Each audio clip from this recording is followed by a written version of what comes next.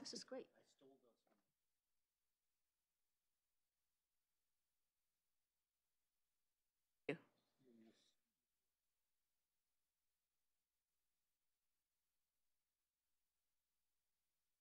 4 minutes.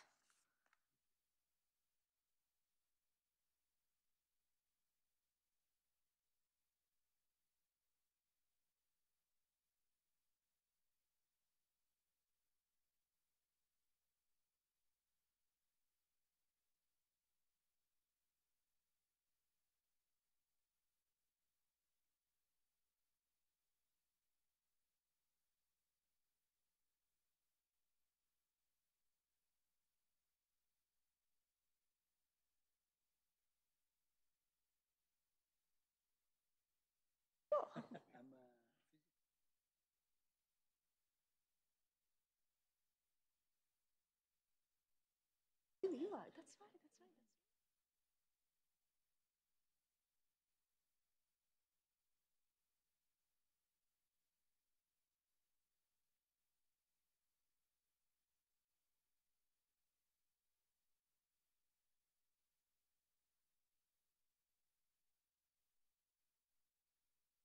And then you post pictures.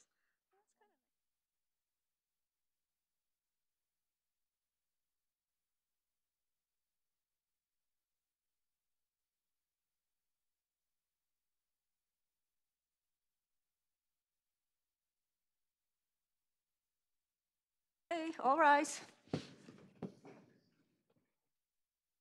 I pledge allegiance to the flag of the United States of America and to the republic for which it stands, one nation, under God, indivisible, with liberty and justice for all. Please remain standing. Application, statement here's a statement of values. Yes, yes.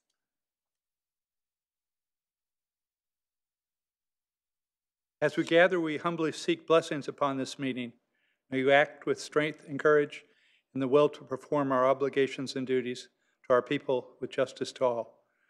Let us seek wisdom so that we may act in the best interests of our people, our neighbors, and our country. All this we ask so we may serve our community with fairness and respect, putting their needs before all. You, please be seated.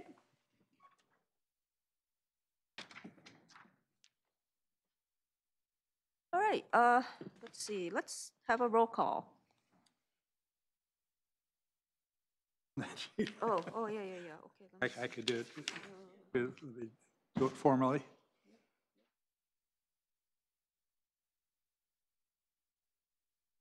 Commissioner Chahal. Here. Commissioner Shaheen. Here. Jane. Commissioner Sala. Here. Mr. Sal. Casey. Here. I'm Commissioner O'Halloran. I'm here. And I understand that Commissioner Kelly may not.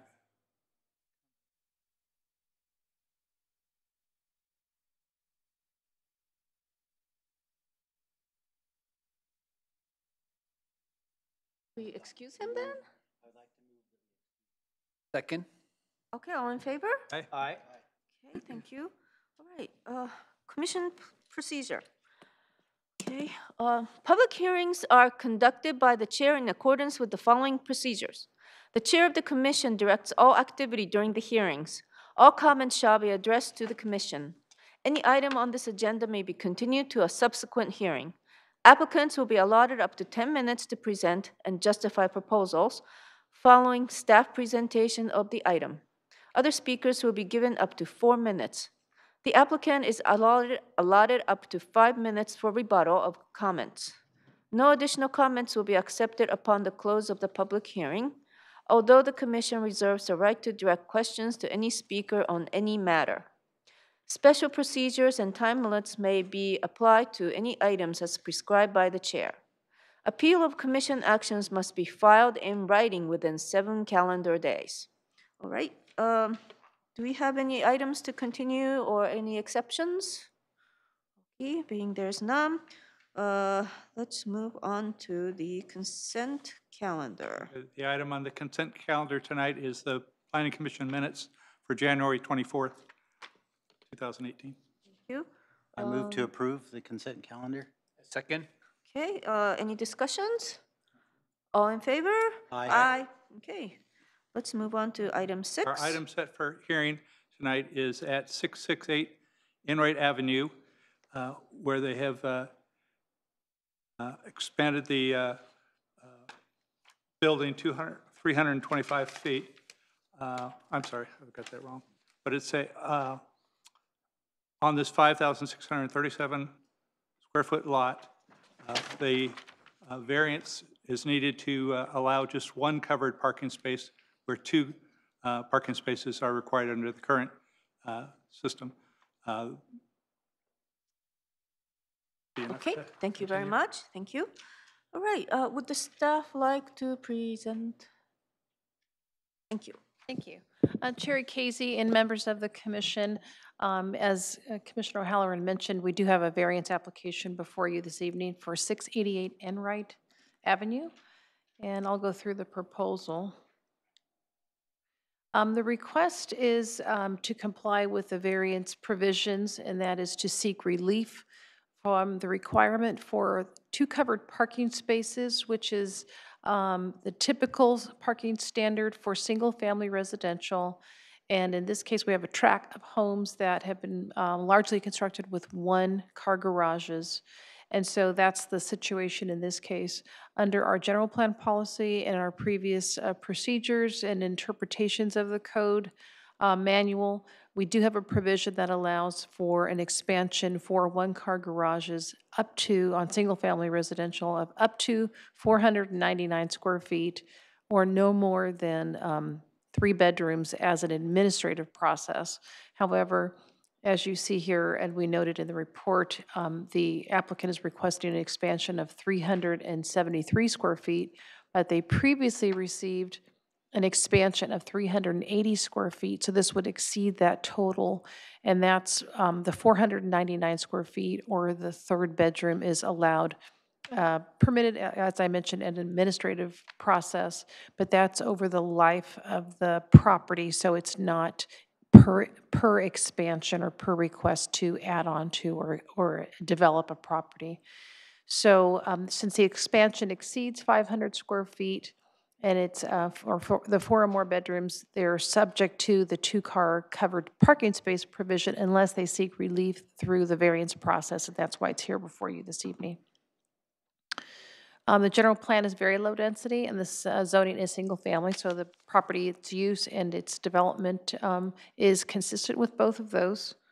This is a picture of the property. As you see, it's 1-car garage, and the main points of consideration are that the existing lot is 51 feet and the lot is 5,837 square feet. So it is substandard in terms of the width of the lot. Our normal standard single-family lot width is 60 feet per code.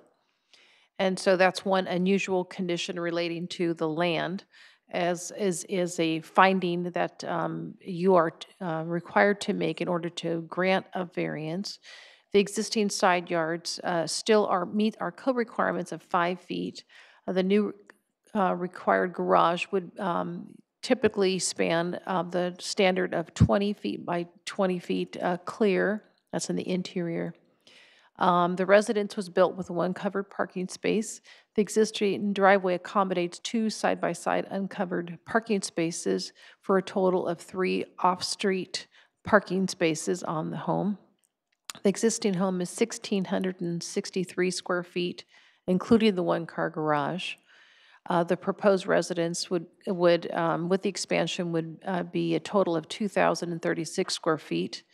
And so there's been substantial reconstruction that would be required if they were, if the variance was not granted, and they would be required to provide the 2-car parking spaces for the proposed expansion.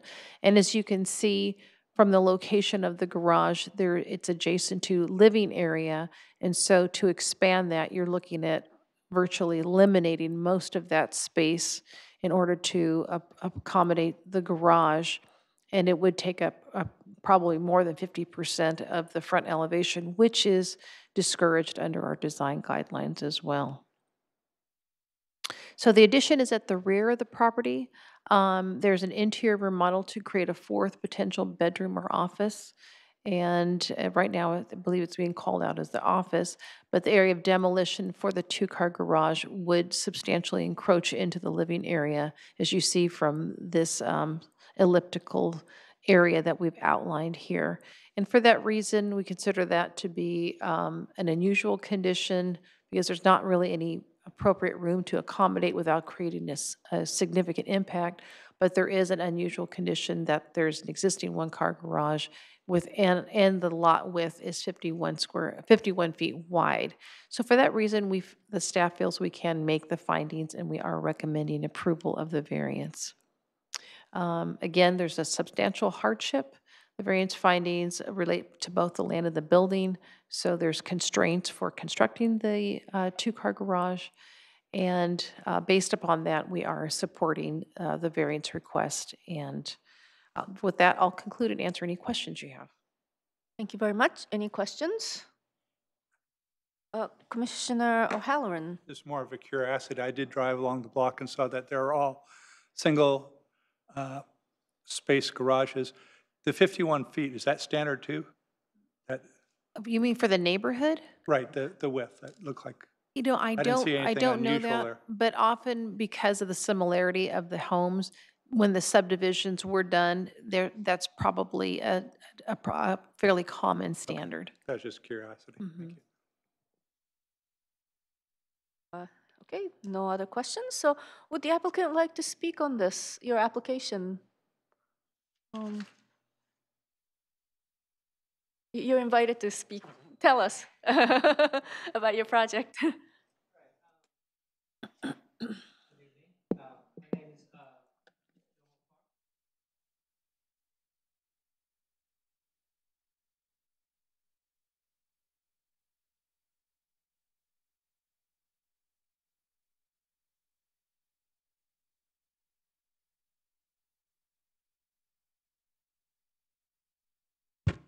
Oh, There it's it working. is. Okay, thank you. Good evening. My name is Jung-ho Park from Park Design Studio. I'm the designer, and the planner explained the project on the staff report so well. So I don't think I can do better than job. But the project, this project proposed 373 square foot kitchen addition at the rear of existing single family house. Right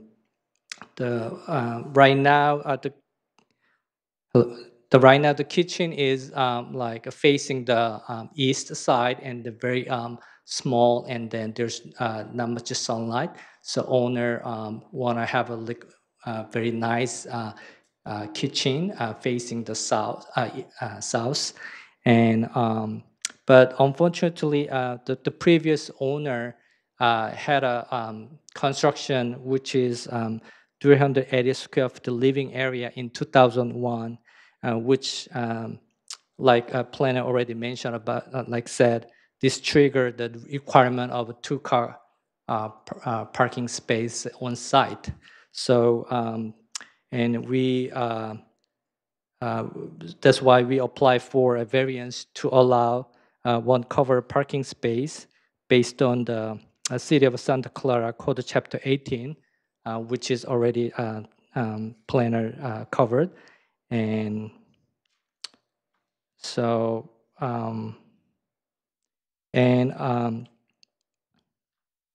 we don't propose two-car parking,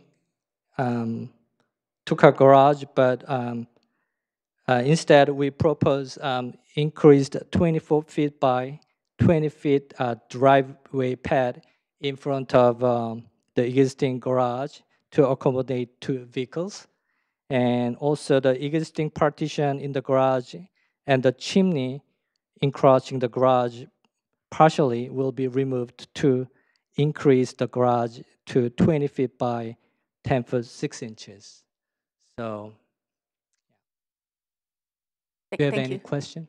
Thank you very much. Any My only questions? question is just, Oh, Commissioner O'Halloran. so the So the one-car garage will be used for a car? Yes. It looked like you already had two spaces in front of the house as well. Looks like that already existed. But it's not sufficient to Oh. accommodate two-car garage, so we'd like to have make a larger. So Okay. yeah. Looked pretty large to begin with. Yes. Okay, thank you. Okay, thank you. Commissioner Jane? I see here that there's a condition C3, which I'm just want to make sure that you're aware of, that the attached one-car garage shall remain accessible and unobstructed for vehicle parking, Yes. right? So we're encouraging that you not fill it with a bunch of, storage and so on, so that you can park a car Right. That's in why there. we Yeah, are yeah, removing the walls, Yeah, and then also the current chimney count, like encroaching the Yeah. garage partially. So we decide to remove that also. okay. And this really has no bearing on, how I decide on this. I noticed that you have a water heater in the garage. Mhm. And have you considered a heat pump water heater instead of the tankless water heater? Yeah, we also like we thought about it, Okay, and great. we talked about it, but we haven't really decided yet. Okay, great. But we even with typical water heater, we have enough clearance. Yeah, yeah. Yes, Yeah, because we push the wall Uh-huh. toward the current kitchen side. sure, sure. Yes. Yeah, and I like that you're expanding the driveway so that you're getting the cars off the street, so Yes. that's good. Yes. Thank you. Right. Okay, Commissioner Salem? Yeah, I did a virtual tour of the neighborhood with Google Maps, and I see that every other home on this block is a single-car garage. So I'm not seeing the justification in other homes to push for a second garage, second space in the garage. More so, I noticed also that the property has a pole, a light pole, directly in the corner of the parking area in the outside parking area. So you're going to make the driveway wider to accommodate access for two cars in and out of that space? Yes. Okay. Okay, thank you. No other questions? Okay, thank you very much. Thank you. Okay, would the member of the public like to speak on this matter? Okay. I guess we don't need rebuttal either, so motion to close the public hearing? So moved. Second? Yeah, all in favor? Aye. All right, let's have discussions. Like, can make a motion to approve the variance to allow 373 square feet rear addition to an existing single-family residence with an attached one-car garage, as proposed by the staff. All right, any discussions, comments? All in favor? Aye. Aye. Okay, congratulations. Okay, so just to tell you that this action is final unless there's an appeal received to the Office of the City Clerk within 7 calendar days. Right. Okay, next item is public presentations. Would anyone in the public like to present on any matter not on the agenda? Okay. All right, so next item is commission and board liaison and committee. Does a commission member have anything to announce? Okay, no board or committee assignments, nothing from ARC or architectural committee, any travel, training? Okay, Commissioner, Well, you have, okay. oh yeah, Commissioner Jay. So I just wanted to report that I attended the Silicon Valley Leadership Group's State of the Valley, and there were some interesting things that happened that I discovered there I wanted to share with the commission. California's growth over the last year was 2.8%, but Silicon Valley's was 3.3%, so we're growing faster than the rest of California. The average annual household earnings in Silicon Valley is $130,000 per family, which includes stock options and everything, whereas the median is 110. So, which means that there's a lot of very highly paid people that are skewing the average versus the median. as we discovered, one of our commissioners left the Bay Area because childcare costs are expensive. They were saying that the average childcare costs are over $20,000 a year. So now we have a housing crisis. This was one of the main focuses of this meeting. 6 years ago, there were 6,000 houses on the market every month. Now we only have 1,500 houses on the market every month, which means that supply and demand indicates that we would have higher prices. This is for the 9 counties. 9 counties. Yeah. So, so the part of the crunch is that last year, we permitted 12,000 new housing units in the Bay Area, but there were 47,000 new jobs in Silicon Valley. So we're well behind the number of jobs that are being created in the Valley. Now, one interesting thing that has happened is that 87% of people whose kids have left home, they're older, they stay in their houses. And part of the reason why they stay in their houses is because they have low property taxes. So even if they were to downsize somewhere else, their property taxes would go up.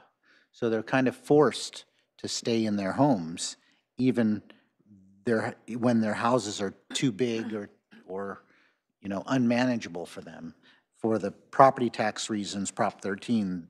So there is some legislative relief that people are proposing to allow people over 55 to transfer their property tax when they downsize. And we have a large number of mega commuters. There are 84,000 people that commute more than 3 hours a day to get to work. So, and there was an interesting talk about artificial intelligence. And this was a professor at Stanford who talked about bail and using artificial intelligence to make determinations on whether someone should get bail. So we have in the United States over 12 million arrests per year. And there are judges that have to determine whether someone's going to get bail. So they designed this computer program. It only has 8 rules in it. And it does twice as well as a judge. Judges are very heavily biased, and Dan Kammerman, who's written a book on how people make decisions, has said people are actually very bad at making decisions, and judges are very biased when it comes to introducing bail. So it turns out handing it over to artificial intelligence may be a good thing, so we'll see. That was pretty much it for what I took away from this. I collected all the extra reports that I could find on the tables, and so this has all the data behind how Silicon Valley is growing, venture capital in Silicon Valley, number of patents. The interesting thing is we in Silicon Valley, we have, where is this? Silicon Valley has 1% of the US population, but 15% of the patents. So that was my takeaway. Thank you. Wow, thank you very much. Really educational. Okay, let's see. Okay, Director of Community Development reports. Thank you. Okay, let me get my report here. So the last meeting, since your most current Planning Commission meeting date was the February 6th City Council meeting. And there was an update of the Tasman East area specific plan, and I do have the summary of that, so let me just pull that up. This was to update council on, because the consultant is working on that. So there was a staff presentation that included an update on the plan progress and the traffic impact analysis, presentation of open space and school overlay strategies. Questions and comments from the City Council included the need for a community room and branch library within the plan, need for TDM requirements from project and contribution from future development towards multimodal station, a need for fair share mechanism for developers to fund needed public improvements. Then there was questions about outreach to the Sierra Club and Santa Clara Valley Water District. There were discussion about protection for existing industrial users, so someone would not necessarily have to convert to residential or mixed use. Questions about what degree of affordability developers will provide. Questions about anticipated density, types of units, building heights, and construction types. Then 8 members of the public spoke on the project. Some spoke in support of the project, referencing the need for more housing, the relationship of the project to City Place. That's the large development by, who was our developer there? Related, pardon me. The opportunity to provide affordable housing for workers, support for density, and desire to see more urban spaces. There was a Sierra Club representative that referenced this as the riverfront property and said the project should not only include should not include any 4-lane roads, only 2-lane roads. One supporter for density said to do it right and charge developers for needed amenities and infrastructure. 2 speakers asked for respect for industrial property owners who aren't interested in moving. And so they were mentioning how much it would cost them to relocate. Let's see, there's 3 area residents that called for more services in the area, including a community room, library, and intergenerational center. And one speaker requested anti-bird strike provisions. Michelle Healy, she's with the school district, spoke and thanked the city for including potential school sites in the EIR and referenced new demographic studies for the district's consultant, by the district's consultant that found the number of children in the area is increasing. Action items by the council include to discuss the library needs with library staff, discuss possible community meeting room to be located in a location that was easily accessible, confirm the school site is addressed in the EIR, review the school district's new demographic study, and to review the TDM requirements and possible contribution to multimodal station as part of the plan, and determine the appropriate affordability requirements. So 10%, or should it be a higher rate of affordability based upon our new ordinance, which is actually at 15% for sale, and I think it's the same for the rental. And then proceed with the open space strategy as presented. Thank you very much. And then there was also the promotion by the chair for the vacancy of the Planning Commission. And then the appeal finally was resolved about the 167 Cronin. It was continued a couple of times. And so the council, that was the cottage that was put on kind of the back corner of the property with a deck. And the council did support the variance request. And so they're now proceeding with their building permits. Thank you very much. I forgot to mention under 8 that I'm on the new committee to draw the district line for the upcoming election, or for the ordinance to be put on the June ballot. So there should be a lot of interesting information coming out on who lives in what part of town. So we're going to be, it's going to be a very compressed schedule, and we're going to be presenting our the outcome of the committee meetings at the May 8th council meeting. Okay, so there's nothing else on the agenda, so any motion to adjourn? I move to adjourn. Second. Okay, all in favor? Aye. Okay, thank you very much.